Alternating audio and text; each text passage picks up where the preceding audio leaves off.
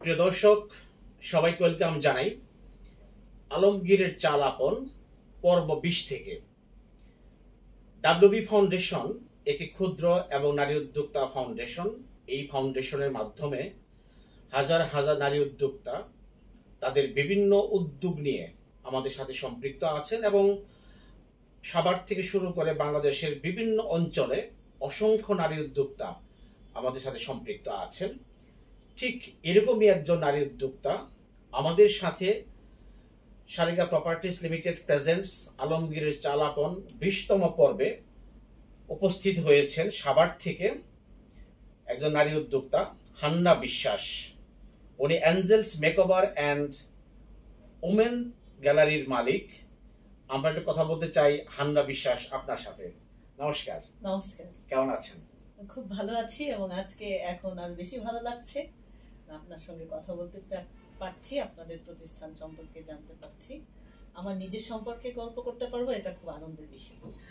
Thank you very much. এবং হান্না বিশ্বাস, আপনাকে welcome জানাই আমাদের স্টুডিওতে। এবং আজকে আপনার সাথে কথা বলবার চেষ্টা করব আপনার উদ্যোক্তা জীবন, আপনার স্বপ্ন, কিভাবে হাঁটি হাঁটি পা পা করে এগিয়ে যাচ্ছেন এবং কত দূর যেতে চান। একদম পিছনের গল্প শুনবো, সামনের গল্প শুনবো, যেটা আপনি চাচ্ছেন। তো প্রিয় দর্শক, আমি আছি লায়ন আলমগীর কবির, ফাউন্ডার ডাব্লিউবি ফাউন্ডেশন। হান্না বিশ্বাস এটা নারী উদ্যোক্তা, কিভাবে শুরু করলেন? কতদিন আগে শুরু করেছেন? আমার শুরুটা খুব আনন্দের ছিল না, খুব কষ্টের ছিল। আমি যে কোনো একটা কারণে খুব হতাশাগ্রস্ত ছিলাম। তো যখন আমি চিন্তা করলাম যে আমি কি করব, তো মাথার মধ্যে আসলো যে হচ্ছে এমন কিছু করতে চাই যে কাজের মধ্য দিয়ে শুধু কাজ না, অর্থ আসবে না, আনন্দ আসবে। এবং আমি যেহেতু একজন নারী, তো আরো নারীদেরকে কিভাবে সম্পৃক্ত করা যায়, নারীদের দুঃখ কষ্ট কিভাবে বোঝা যায়, জানা যায়, তো এই বিষয়গুলো নিয়ে নিজের মধ্যে অনেক যুদ্ধ করছিলাম। তো তারপর চিন্তা করলাম যে আমি কিভাবে শুরু করব। আমার কোনো মূলধন নাই, আমি একদম শূন্য হাতে শুরু করেছি, কোনো মূলধন ছিল না আমার। তো চিন্তা করছিলাম আমি কি করতে পারি। তো আমি যখন চিন্তা করলাম এবং সিদ্ধান্ত নিলাম যে আমি একটি মেকওভার সেন্টার করব এবং সেখানে শুধু আমি আমার কর্মসংস্থানের ব্যবস্থা করব সেটি নয়, কিন্তু আমার সাথে আরো যেন যা মেয়েরা আছে যারা আসলে পিছিয়ে পড়া বা সুবিধা বঞ্চিত, ভেঙে যাওয়া নারী, হ্যাঁ আমি যে বলবো যে যারা আসলে উদ্যোক্তা হই, তারা আসলে আমরা ভেঙে যাওয়া মন নিয়েই আসি। খুব কম আছে যে যারা আসলে খুব ভালো পরিবার থেকে আসি বা অর্থনৈতিক খুব ভালো অবস্থা, এটা খুব কম। কিন্তু বেশিরভাগ সময় কিন্তু আমরা ভেঙে যাওয়া পড়া মানুষ, পিছিয়ে পড়া মানুষরাই কিন্তু আমরা উদ্যোক্তা হই। তো তখন এই চিন্তা থেকে যে আমি ঠিক আছে, আমি মেয়েদেরকে নিয়ে কাজ করব, কিন্তু আমার মূলধন নাই, কিন্তু আমাকে তো থেমে গেলে চলবে না। আমি চিন্তা করলাম যে আমার ঘরে শুরু করব আমি, কিন্তু তার আগে তো আমাকে ট্রেনিং নিতে হবে। আমি ট্রেনিং ছাড়া তো কোনো কাজ করতে পারি না। তো আমি করলাম যে আমি পার্সোনাতে আমি ট্রেনিং নিব। তো সেই ট্রেনিং এর টাকা কোথা থেকে আসবে? আচ্ছা, তো আমার নিজের ব্যাংকে কিছু টাকা ছিল আমার অ্যাকাউন্টসে, সেই টাকাটা আমার সম্বলটুকু, সেই টাকাটা আমি উঠালাম। সেটা উঠিয়ে আমি ট্রেনিং সেন্টারে আমি ভর্তি হলাম এবং সেখানে আমি আমার সেই যে বিউটি পার্লারের যে ট্রেনিং গুলো A to Z, সেই ট্রেনিংটা আমি কমপ্লিট করলাম। প্রায় 6 মাস লেগেছিল আমার ট্রেনিং করতে। কিন্তু ট্রেনিং করে এসে আমি তো বসে আছি যে আমার তো টাকা, আমি কিভাবে শুরু করব। তো চিন্তা করছিলাম, ঘরে সবার সাথে আলোচনা করছিলাম। তো ঘরে প্রথম দিকে কিন্তু সাপোর্টটা আমার ছিল না, যে না বিউটি পার্লার এটা কেমন শোনা যায়, সবাই একটু অন্য বাঁকা চোখে দেখবে, বাঁকা কথা বলবে। কিন্তু আমার তো অভ্যাস ওই বাঁকাটাকেই আমার সোজা করার, এটা আমার ছোটবেলা থেকে আমি চ্যালেঞ্জ নিতে আমার খুব ভালো লাগে, আমি খুব স্বাচ্ছন্দ্য বোধ করি। তো আমি চললাম ঠিক আছে, এই বাধা আমি এটাকে আমি জয় করব। তো আমি ঘরের মধ্যে, আমি যে বেডরুমটাতে থাকি, আমার বেডরুমে আমি ফ্লোরে, আচ্ছা আমার কোনো ফেসিয়ালের বেড ছিল না, আমি ফ্লোরে একটা ম্যাট নিয়ে সেখানে আমি কাজ শুরু করি। যাত্রা শুরু হলো আমার, যাত্রা আমার বেডরুম থেকে। এবং এটা কত সাল থেকে শুরু হলো? এটা 2018 সালে। 2018 সালের এপ্রিল মাসে। তারপরে তো করোনা চলে আসলো, তার কিছুদিন পরে করোনা। কিন্তু আমি করোনার আগেই আমি পার্লার শুরু করতে পেরেছিলাম। আচ্ছা, তো যখন দেখি যে ঘরে আমার কিছু ক্লায়েন্ট আসছে, দেখি সাভারে কোথায়? সাভার আনন্দপুরে। আনন্দপুর। হ্যাঁ, আনন্দপুরে আমার বেড়ে ওঠা, আমার শৈশব, আমার কৈশোর, আমার জীবনের যে সুন্দর মুহূর্তগুলো সবকিছু আমার কেটেছে আনন্দপুরে, সাভারে। তো সেখানে পড়াশোনাও কি সাভারে? আমার লেখাপড়া সাভারে, সাভার কলেজে আমি পড়াশোনা করেছি। সেখানে আমি ডিগ্রি করেছি এবং আমার সাবজেক্ট ছিল সোশ্যাল সায়েন্স। কিন্তু কোনো একটা কারণে আমি মাস্টার্স কমপ্লিট করতে পারিনি, এটা আমার একটি দুঃখ। কিন্তু আশা আছে, আমি এখনো সুযোগ আছে। হ্যাঁ, সুযোগ আছে, আমি সেটি করতে চাই এবং করব। আর যেটা বলছিলাম যে আমি তো মূলধন কিভাবে আসবে, তো আমার ক্লায়েন্টরা আমাকে খুব আগ্রহ দিল। তারা বলল যে আপু, আপনি কিন্তু ভালো করছেন, আপনি একটি ছোট দোকান দেন। আমি ইতিমধ্যে আপনি কাস্টমার পাচ্ছেন? কাস্টমার পাচ্ছি, এবং আনন্দের বিষয় কি যে আমার আসলে আশেপাশের মানুষরাও আমাকে, আমি বলবো যে আমাকে তখন সহযোগিতার হাত বাড়িয়ে দিয়েছে।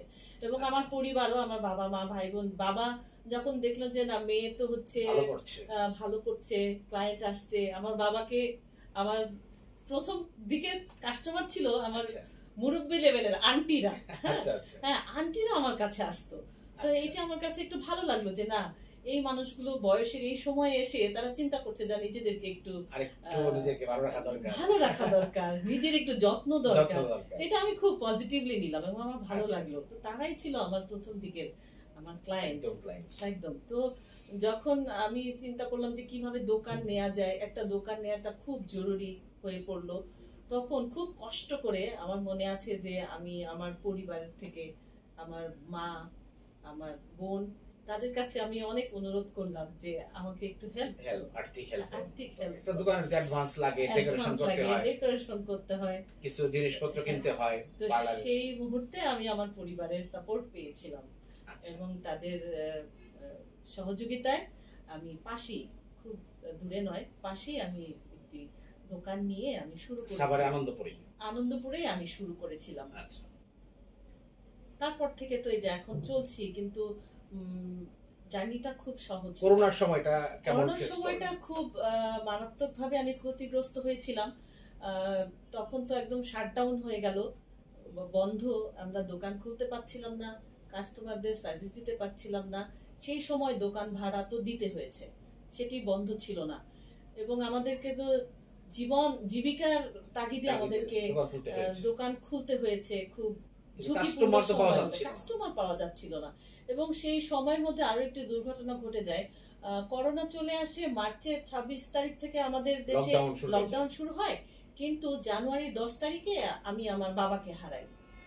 তো সেই সময় বাবা অসুস্থ ছিলেন, প্রায় 26 দিন এনাম মেডিকেল কলেজে ছিলেন, সেখানে আইসিইউতে ছিলেন। তো সেই সময় আমাদের প্রায় 18 থেকে 19 লাখ টাকা ওখানে আমাদের খরচ হয়ে যায়। তার কিছুদিন পরই মানে করোনা। তো সবকিছু মিলে আমি একদম কি বলবো, একদম চোখে সর্ষে ফুল দেখার মতন অবস্থা। এবং খুব আসলে ওই সময়টা অনেক খারাপ গিয়েছে। সেখান থেকে করোনাকালীন সময়ে তো বিয়ে শাদী হচ্ছিল না, কোনো অনুষ্ঠান হচ্ছিল না, মানুষ তো সাজেই বিভিন্ন অকেশনে, তো সবকিছু বন্ধ ছিল। এবং আরেকটা বিষয় যে মানুষ তখন খাবে না, খাবারটা জোগাড় করবে না সাজুগুজু করবে, এটার জন্য খাবারটা বেশি জরুরি ছিল। হ্যাঁ, যেমন অন্যান্য ব্যবসায় যারা ছিলেন তাদের যেমন তেমন একটা খুব একটা প্রভাব পড়েনি। যেমন মানুষকে খেতে হয়েছে, যে মুদি দোকানগুলো সেগুলো চলেছে, ফার্মেসি চলেছে, কিন্তু আমরা যারা এই পেশার সাথে জড়িত ছিলাম, আমরা সেই সময়টায় অনেক আমরা ক্ষতিগ্রস্ত হয়েছি। এখন কেমন চলছে? এখন আমি বলবো যে এখন খুব ভালো যাচ্ছে, ভালো করতে পারছি। এবং কারণ এটা শুধু যে আমার একার ক্রেডিট আমি সেটা বলবো না, আমার যে টিম আছে, আমার যে মেয়েরা কাজ করছে, তারা অনেক আমাকে অনেক সাহায্য করছে বলেই হয়তো আমি কতজন মেয়ে আছি। আমার এখন আছে 3 জন মেয়ে আছে। এবং আমিও মাঝে মাঝে আমিও কাজ করি, যখন কাস্টমারের অনেক চাপ থাকে, তখন প্রেসার পড়ে যায়, তখন আমি নিজেও কাজ করি। কারণ আমি চাই যে কাজের মধ্য দিয়ে যেন আমরা সামনে এগিয়ে অনেকে যেতে তো পারি। শিখতেও আসে। হ্যাঁ, অনেকে শিখতে আসে। আমার যতটুকু মনে পড়ে যে এই বছরে আমরা ৩ জনকে আমরা ফ্রিতে কাজ শিখিয়েছি। যে মেয়েরা আসলে একটু পিছিয়ে পড়া, যাদের আসলে সঙ্গতি নেই যে তারা আসলে কোনো ট্রেনিং সেন্টারে গিয়ে ট্রেনিং নেবে, কিন্তু তাদের আগ্রহ আছে এবং তাদেরকে গড়ে তুলতে হবে। জীবনটা আপনি ফেস করেছেন। হ্যাঁ হ্যাঁ, প্রথম দিকে যেটা আমি ফেস করেছি যে সেই মেয়েদেরকে আমরা আসলে কাজ শিখিয়েছি। হ্যাঁ, এবং শ্রীপুরে আমাদের সাভারের পরে যে শ্রীপুর বাইবেলের দিকে, সেখানে একটি মেয়ে আছে, সে এখন নিজে পার্লার করে সে এখন স্বাবলম্বী। তো এটা বলবো যে এটা আমাদের জন্য একটি বড় পাওয়া, আমাদের ছোট্ট প্রতিষ্ঠানের এটা একটা অনেক বড় পাওয়া। এই যে বিউটি পার্লারের মধ্যে দিয়ে এখন অনেকেই সম্পৃক্ত হচ্ছেন, অনেক নারীরা সম্পৃক্ত হচ্ছেন। তো এই যে একটু বললেন যে অনেকে সামাজিক বাঁকা চোখে তাকায়, এটাকে আমরা কিভাবে ওভারকাম করতে পারি? আমি আসলে একটু কি বলবো, ওপেনলি বলতে চাই যে এটার জন্য হয়তো আমাদেরও কিছুটা দায়, সামাজিক দৃষ্টিভঙ্গির বিষয় আছে, এবং আমরা যারা পেশার সঙ্গে জড়িত আমাদেরও কিছু, আমি বলবো যে আমাদেরকেও একটু নিজেদেরকে গোছাতে হবে। আমি যেটা বলতে চাই যে হ্যাঁ, তাদের দৃষ্টিভঙ্গিটা বাঁকা, সেই দৃষ্টিভঙ্গিটা যেন বাঁকা না থাকে, সেটা যেন আসলে তারা সুন্দর দৃষ্টিতে আমাদেরকে দেখতে পারে। এটার জন্য আমি বলবো প্রথম যে কাজ করতে হবে, সেটা আমরা যারা এই পেশাতে আছি আমাদেরকে দায়িত্ব নিতে হবে। আমাদের আসলে আমি মনে করি যে আমরা যদি সঠিকভাবে এগুতে পারি, সঠিকভাবে কাজ করতে পারি, তারা কিন্তু আসলে বাঁকা ভাবে আমাদেরকে দেখবে না। সেই বোঝাটা আমাদেরকে বহন করতে হবে, সেই দায়িত্বটা আমাদেরকে নিতে হবে, এটা আমি মনে করি। আপনি তো চাকরি করতে পারতেন, চাকরি না করে উদ্যোক্তা কেন হচ্ছেন? আমি প্রথম জীবনে চাকরি করেছি। আমি হচ্ছে একটি ইভেন্ট ম্যানেজমেন্টে ছিলাম, সেখানে রিজার্ভেশন সেকশনে আমি ছিলাম। তো চাকরি করার সময় আমার মনে হলো যে আসলে নিজে কিছু যদি করতে পারি সেটি আসলে অনেক ভালো। যে কতদিন আমি কাজ করতে পারবো? একটা মেয়েকে যখন চাকরির জন্য বাইরে যেতে হয়, ঝড় বৃষ্টি বাদলে তাকে নির্দিষ্ট একটি টাইমে ছুটতে হয়। হ্যাঁ, এবং অনেক সময় দেখা যায় যে চাকরি করতে গিয়ে সংসারটাও ঠিকভাবে আসলে মনোযোগ দেয়া যায় না। কিন্তু যদি নিজে কিছু করা যায়, নিজের কাজটাও ঠিকভাবে হচ্ছে, আবার পরিবারকেও কিন্তু সুন্দরভাবে সময় দেওয়া যায়। এটার জন্যই আসলে আমার এই চাকরিটা নিয়ে মানে চাকরি ছেড়ে উদ্যোক্তা জীবনে আসা। এই যে একটা সময় স্ট্রাগল করেছেন, হ্যাঁ, পরিবারের সাপোর্ট পেয়েছেন, হ্যাঁ, অনেক নারীরা কিন্তু এটা পায় না। তো কি মনে করেন যে এটা সাপোর্টটা কি জরুরি, কতটুকু জরুরি ফ্যামিলির? অবশ্যই জরুরি, কারণ হচ্ছে পরিবারের সহযোগিতা ছাড়া কিছু করা সম্ভব না। পরিবারের সহযোগিতা পেলেই একজন নারী সে সামনে এগিয়ে যেতে পারে এবং সে বিশ্বকে জয় করতে পারে। আমি মনে করি যে পরিবার যখন একটি মেয়েকে সামনে এগিয়ে যাওয়ার জন্য শক্তি যোগায়, সাহস যোগায়, তখন সেই মেয়ে আর কখনো পিছনে ফিরে তাকানো লাগে না, তাকাতে হয় না। এর জন্য পরিবারে যারা যে মেয়েরা আমরা যাদের বিবাহিত জীবন, তাদের স্বামীদেরকে, যারা এখনো বিয়ে করেননি, তাদের বাবা, ভাই, মা, বোন, তাদের সকলের যে একটি সহযোগিতা, এটা আসলে খুব জরুরি আমি মনে করি। এবং বিশেষ করে যে স্বামীদেরকে, তাদেরকে এগিয়ে আসতে হবে, যে তাদের আসলে সাপোর্টটা দিতে হবে, যে না, তুমি মানসিক সাপোর্ট, তুমি যাও, আর্থিক সাপোর্ট, তুমি যাও, আমি আছি। এই যে মানসিক একটা সাপোর্ট, এটা পেলে কোনো মেয়ে আসলে পিছিয়ে থাকে না। অনেক সময় সংসার এবং ব্যবসা একটু তো ব্যালেন্স করতেই হয়। হ্যাঁ, কষ্ট হয়ে যায়, কারণ যখন ব্যবসার দিকে যখন ছুটতে হয়, তখন কিন্তু বেশি মনোযোগ দিতে হয়, অনেক পরিশ্রম করতে হয়। তখন সেই গ্যাপটা আসলে পরিবারের অন্য যারা আছেন, যে সদস্যরা আছেন, তাদেরকে এটা বুঝে তাদেরকে সেই নারীর পাশে দাঁড়াতে হবে, তাদেরকে সেই সুযোগটা করে দিতে হবে। হ্যাঁ, যে সে আজকে হয়তো একটু সময় দিতে পারছে না, ঠিক আছে, তার ওই সময়টা আমরা অন্য পরিবারের সদস্যরা আমরা সেই সময়টা দিয়ে মেকআপ করতে পারি কিনা। এই সাপোর্টটা তো সমাজ থেকেও আসতে পারে, রাষ্ট্র থেকেও আসতে পারে। নারীদেরকে স্পেস দেওয়া, ব্যবসার বাণিজ্য করবার জন্য, উদ্যোক্তা হবার জন্য যে একটা সহযোগিতার মূলক মনোভাব সমাজ এবং রাষ্ট্রের, এটা কতটা জরুরি মনে করছেন? সমাজের ভূমিকা অত্যন্ত গুরুত্বপূর্ণ, কারণ একটি নারী যখন বের হয় তখন তার সমাজেই তাকে কাজ করতে হবে, এবং সমাজের যে সহযোগিতার হাত বাড়িয়ে দেওয়াটা আমি মনে করি অত্যন্ত জরুরি। কারণ একটি নারী যখন কাজ করতে বের হয় তখন তাকে রাত বিরাতে ছুটতে হয়, অনবরত ছুটতে হয়। এই ছুটে চলার মাঝে সমাজের সহযোগিতা অত্যন্ত গুরুত্বপূর্ণ। তাই আমাদের সমাজে যারা আমরা সচেতন নাগরিক, আমি বলবো যে তাদের আসলে এই নারীদেরকে পাশে দাঁড়াতে হবে। কারণ নারীরা একটা বড় অংশ আমাদের সোসাইটির, আমাদের একটা বড় অংশ জুড়ে আছে। আর এই নারী যত শক্তিশালী হবে আমাদের সমাজ ব্যবস্থা তত শক্তিশালী হবে। এবং রাষ্ট্রের ভূমিকা অত্যন্ত গুরুত্বপূর্ণ, কারণ আমরা রাষ্ট্রের মধ্যে বসবাস করি, রাষ্ট্রের নাগরিক আমরা। কিন্তু আমি একটু দুঃখের সঙ্গে বলতে চাই যে একজন নারী উদ্যোক্তা যখন সে প্রথম দিকে এগিয়ে আসতে চায়, তার কিন্তু অর্থনৈতিক যে সহযোগিতা এটি খুব গুরুত্বপূর্ণ। কিন্তু আমরা নারীরা এটি পাই না। যে দেখা যাচ্ছে যে স্বল্প সুদে ঋণ নেওয়ার কিন্তু কোনো সুযোগ নাই। আমাদেরকে কিন্তু সেই বেশি সুদের ঋণ নিয়ে এনজিও গুলোর কাছে যেতে হয়, যেখানে আসলে অনেক পার্সেন্টেজটা বেশি, ব্যাংকে অনেক ডকুমেন্টস প্রয়োজন হয়। আবার আপনি মেয়েদেরকে দিতে চায় না, অনেক রকম গ্যারান্টার লাগে। আসলে কি যে এত যন্ত্রণাময় পরিস্থিতিগুলো হয় যে সেখানে একজন নারীকে আসলে সেইভাবে সে অর্থনৈতিক সুবিধাগুলো পায় না।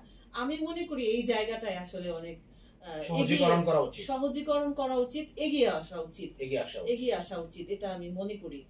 কারণ আমি বলবো যে আমি কখনো এই সুযোগটি পাইনি, যে আমি চেষ্টা করেছি, এখনো চেষ্টা করছি। আমি কয়েকটি ব্যাংকে আমি ছোটাছুটি করছি, কিন্তু সেখানে আসলে এই আজকে এটা নাই, ওটা নাই, এটা দিতে হবে। তো এই যে বিষয়গুলো নিয়ে যে জটিল করে ফেলে প্রক্রিয়াটা। সরকার থেকে তো অনেক অনুদান পাওয়া যাচ্ছে, নারীরা পায়, আপনি কি পেয়েছেন কখনো? আমি কখনো কোনো অনুদান পাইনি। চেষ্টা করেছেন কখনো? চেষ্টা করেছি, অনেক চেষ্টা করেছি, কিন্তু পাইনি। কোভিড এর পরবর্তীতে শুনেছি যে মেয়েদের জন্য অনেক প্রণোদনা দেয়া হয়েছে, কিন্তু আমি আসলে কখনো কোনো প্রণোদনা বা অনুদান এটি আমি পাইনি।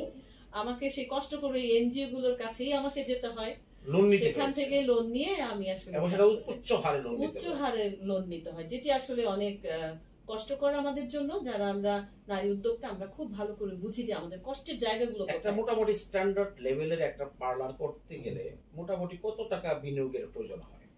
মোটামুটি সাভার অঞ্চলে একটি স্ট্যান্ডার্ড মানের পার্লার করতে গেলে মোটামুটি 10 থেকে 15 লাখ টাকার প্রয়োজন হয়। একেবারে কম না, কিন্তু একেবারে কম না। হ্যাঁ, যাদের ফ্যামিলি থেকে সাপোর্টটা না আসে, এটা অনেক বড় একটা বড় অ্যামাউন্ট। এবং এই টাকাটা তো সম্পূর্ণ যদি ব্যাংক থেকে বা এনজিও থেকে লোন নিতে চান, এটা অনেক উচ্চ হারে আপনাকে ইন্টারেস্ট দিতে হবে। এটা অনেক ব্যয়বহুল। এবং সেটা কি সম্ভব যে পার্লার থেকে আর্ন করে পরিশোধ করা? অবশ্যই সম্ভব। কারণ আমি আমার এই ছোট্ট অভিজ্ঞতায় বলতে চাই যে পার্লার থেকে আয় করে সেই ঋণটা প্রতি মাসে কিস্তি যেটাকে বলে সেটা দেওয়া সম্ভব। কিন্তু একটি বিষয়ে যদি আমাদেরকে সহযোগিতা করা যায়, সেটি হচ্ছে যে প্রথম 6 মাস বা 3 মাস যদি আমাদেরকে রিল্যাক্স দিতে হবে। যে ওই কারণ একটা শুরু করেই প্রথম মাসেই তো আসলে দিতে হয়, তাহলে তো চাপ পড়ে যাবে। তো সেক্ষেত্রে যদি সময় দেয়া যায়, যে ডেকোরেশন করার পর 3 মাস ব্যবসা হোক, তারপর থেকে এই ইনস্টলমেন্টটা শুরু হোক, গ্রেস পিরিয়ড যেটা বলে, সেটা যদি দেয়া যায়, আমি মনে করি সেটা খুব ভালো হয় আমাদের উদ্যোক্তাদের জন্য। তো যারা প্রতিনিধি আছেন তাদের কাছে আসলে আমার অনুরোধ থাকবে যে আপনারা এই বিষয়টি দেখবেন। আসলে আমরা কাজ করতে চাই, যে আমরা সমাজের জন্য কাজ করতে চাই। শুধু আমার নিজের একার জন্য করতে চাইলে তো আমি চাকরি করতে পারতাম, কিন্তু আমি কেন উদ্যোক্তা হয়েছি যে আমি স্বাবলম্বী হব, আমার সাথে সাথে আমার মতো যারা পিছিয়ে পড়া নারী আছে তারাও স্বাবলম্বী হবে। আপনাদের ব্রাঞ্চ এখন একটা সাভারে আনন্দপুরে। তো এই ব্রাঞ্চটা আপনি ওপেন করেছেন, আরো কি ব্রাঞ্চ আছে? আমার আর কোনো ব্রাঞ্চ নেই, তবে আমার ইচ্ছে আছে যে অ্যাড্রেসটা যদি বলতেন। আমার পার্লারের অ্যাড্রেসটা হচ্ছে আনন্দপুর B34 ভার্ক হসপিটালের পাশেই। আপনারা যারা ভিজিট করতে চান, আপনাদের সবাইকে সুস্বাগতম। এনজিও এবং হাসপাতালের পাশেই। হ্যাঁ। আচ্ছা, নামটা আমার প্রতিষ্ঠানের নাম Angels Makeover and Women's Gallery. আচ্ছা, কি কি সার্ভিস এখানে আপনি দিচ্ছেন? পার্লারে যে সমস্ত সার্ভিসগুলো দেয়া হয় আমাদের প্রতিষ্ঠানে আমরা সেই সার্ভিসগুলো দিয়ে থাকি। আমাদের একদম আইব্রোস থ্রেডিং থেকে শুরু করে আমাদের মেকওভার, আমাদের পার্টি মেকওভার, ব্রাইডাল মেকওভার, আমাদের spa, hair treatment, skin treatment, food treatment, যে কাজগুলো করা হয় সাধারণত পার্লারগুলোতে সেই সার্ভিসগুলো আমরা দিয়ে থাকি। এবং আমরা যেটি আসলে চিন্তা করেছি যে শুধু পার্লারের মধ্যে আমরা সীমাবদ্ধ থাকতে চাই না, কারণ আমরা দেখছি যে বর্তমানে সময় খুব মূল্যবান হয়ে দাঁড়িয়েছে আমাদের জন্য, কারণ সবাই খুব ব্যস্ত থাকতে হয়। তো আমরা এমন কিছু করতে চাচ্ছি যে একজন নারী বা একটা মেয়ে যখন সে পার্লারে ঢুকবে সে যেন একই সময়ে তার অনেকগুলো কাজ একসঙ্গে করতে পারেন। যেমন আমরা শুরু করেছি আমাদের বুটিক্স, আমরা শুরু করেছি একটি উইংস শুরু করেছি, সেখানে মেয়েদের জন্য থাকছে হচ্ছে 1 পিস, 2 পিস, 3 পিস, শাড়ি, বিছানার চাদর, হ্যাঁ, ব্লাউজ পিস। এগুলো আমরা আনছি হচ্ছে আমাদের নিজস্ব কিছু কারিগর আছে, যেগুলো বেশিরভাগ আমাদের ড্রেসগুলো আসে জামালপুর থেকে। জামালপুর, কিশোরগঞ্জ, আপাতত এই দুইটা জায়গা থেকে আমাদের কাজগুলো, হাতের কাজের জিনিসগুলো আমরা আসছে। আমরা আসলে একটা বিষয় আমরা ফোকাস করতে চাই, যেটা হচ্ছে যে হাতের কাজের জিনিসগুলো আমরা পৌঁছে দিতে চাই। আচ্ছা, এইগুলো আমরা হচ্ছে গতানুগতিক যে কাপড়গুলো পাওয়া যায় আমরা সেটি নিয়ে এখনো কাজ করছি না, আমরা শুধু হাতের কাজের উপর কাজ করছি। মেয়েরা তো স্বাস্থ্য ভালোবাসেন, খুবই ভালোবাসেন। যখন পার্লারে আসেন খুব চমৎকার লোক ফুটে ওঠে, হ্যাপি কাস্টমার, কেমন লাগে? তখন খুব মানে একটা যে আনন্দ হয় সেটি আসলে বলে বোঝানো যাবে না, কারণ একজনকে যখন আমরা সাজাই, মানে রং তুলি দিয়ে যে শিল্পী যেমন একটা ছবি আঁকে, আমাদের কিন্তু সেরকম করতে হয় যে রং তুলি দিয়ে আমরা সাজাই। হ্যাঁ, শিল্পী যে মানে একটা কাজ সম্পূর্ণ করতে গেলে অনেক সময় লাগে।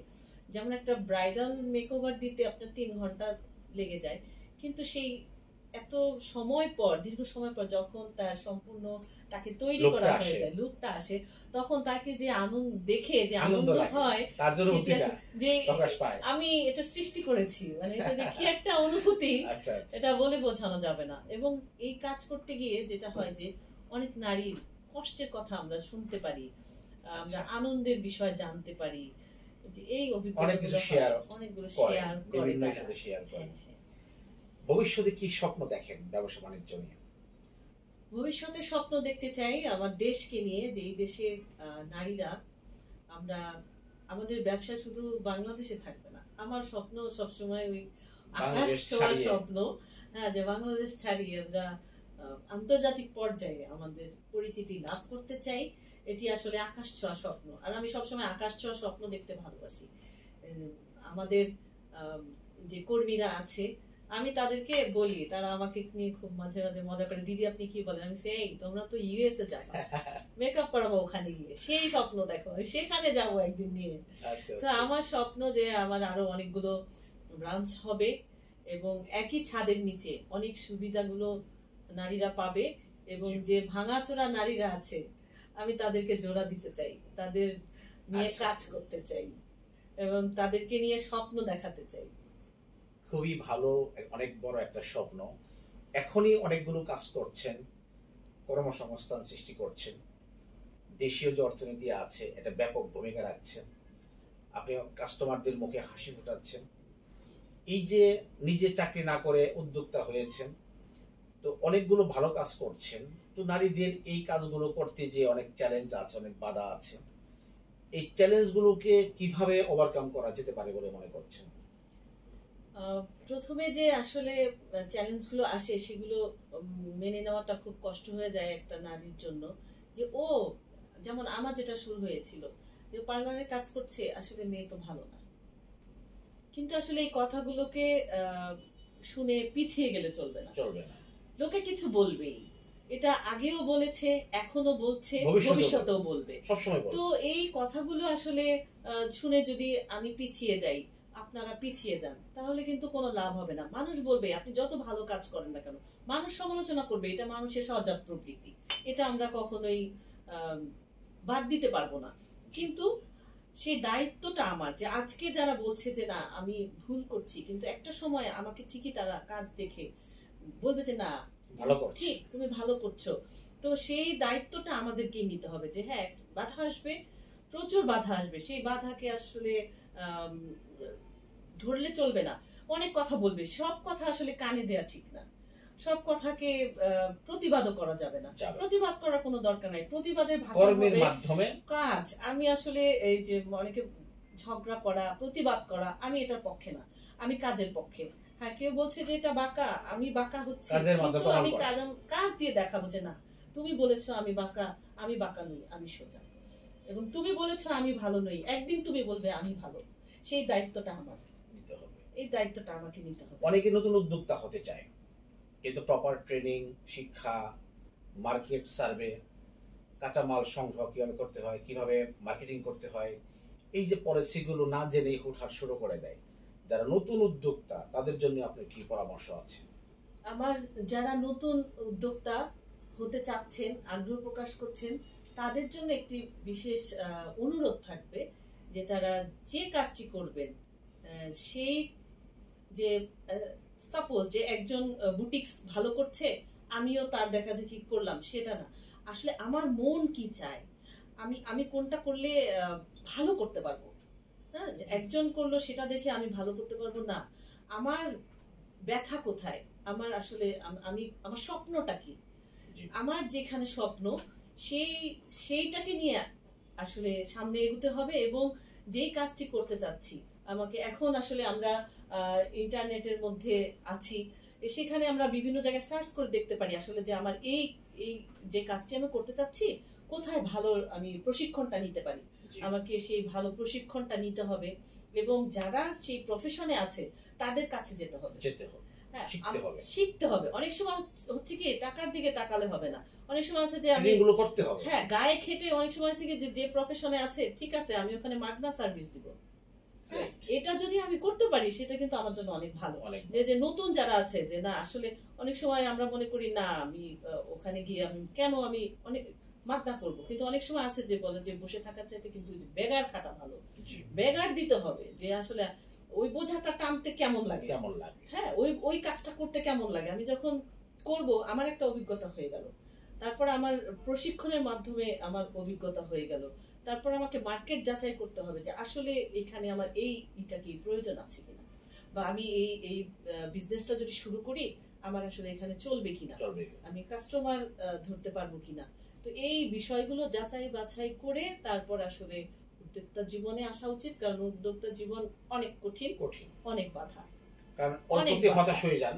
হ্যাঁ, প্রপার ট্রেনিং না নিয়ে যদি এসে সাকসেসফুল না হতে পারলে আসলে যদি প্রপার ট্রেনিংটা না থাকে হওয়া যাবে না। আপনার অনেক হ্যাপি কাস্টমার আছে, অনেকেই কাস্টমার হতে চায়, আজকের পর অনেকেই হয়তো আগ্রহ প্রকাশ করবে। যারা কাস্টমার আছে এবং যারা হতে চায় তাদের উদ্দেশ্যে কিছু বলার থাকে আপনার? তাদের উদ্দেশ্যে বলতে চাই যে সাভারে অনেক পার্লার রয়েছে, অনেক মেকওভার সেন্টার রয়েছে। আমি বলবো প্রত্যেকটি ভালো, প্রত্যেকটি পার্লারগুলোর যারা মালিক তারা অত্যন্ত সমৃদ্ধ, প্রশিক্ষণে কাজ করতে সমৃদ্ধ। আমি সবাইকে খুব ভালোবাসি, সবার কাজ ভালোবাসি, আমি এখনো তাদের কাছ থেকে অনেক কিছু শিখি। কিন্তু যারা নতুন, যারা আমার কাছে আমাদের প্রতিষ্ঠানে আসতে চান, আমি সবাইকে ওয়েলকাম জানাই যে আসলে কাজ করতে হবে এরকম বিষয় না, আসেন আমার ওখানে, আসেন গল্প করেন, ভিজিট করেন, এক কাপ চা খেয়ে যাবেন, পরিবেশ দেখবেন, হ্যাঁ তারপর ইচ্ছা কাজ করতে চাইলে করবেন, কোনো সমস্যা নেই। কিন্তু আমি বলবো না যে শুধু কাজের জন্য আমার ওখানে যাবেন, আমার সঙ্গে একটু গল্প করতে যেতে পারেন, আমি খুব খুশি হব। হান্না বিশ্বাস, থ্যাংক ইউ ভেরি মাচ। আমরা অনুষ্ঠান একদম শেষ প্রান্তে আছি। প্রিয় দর্শক, এতক্ষণ কথা বলছিলাম হান্না বিশ্বাস, একজন বিউটি এক্সপার্ট, একজন উদ্যোক্তা, সাভার থেকে কাজ করছে দীর্ঘদিন যাবৎ, Angels Makeover and Women's Gallery owner. এবং জানতে পারলাম যে উনি অনেক স্ট্রাগল করে এই পর্যন্ত এসছেন, হাঁটি হাঁটি পা পা করে। এবং ওনার স্বপ্ন অনেক বড়, লক্ষ্য অনেক বড়, এবং আমাদের প্রত্যাশা থাকবে ওনার লক্ষ্য পূরণে, ওনার স্বপ্ন পূরণে যেন এটা খুব সহজে হয়।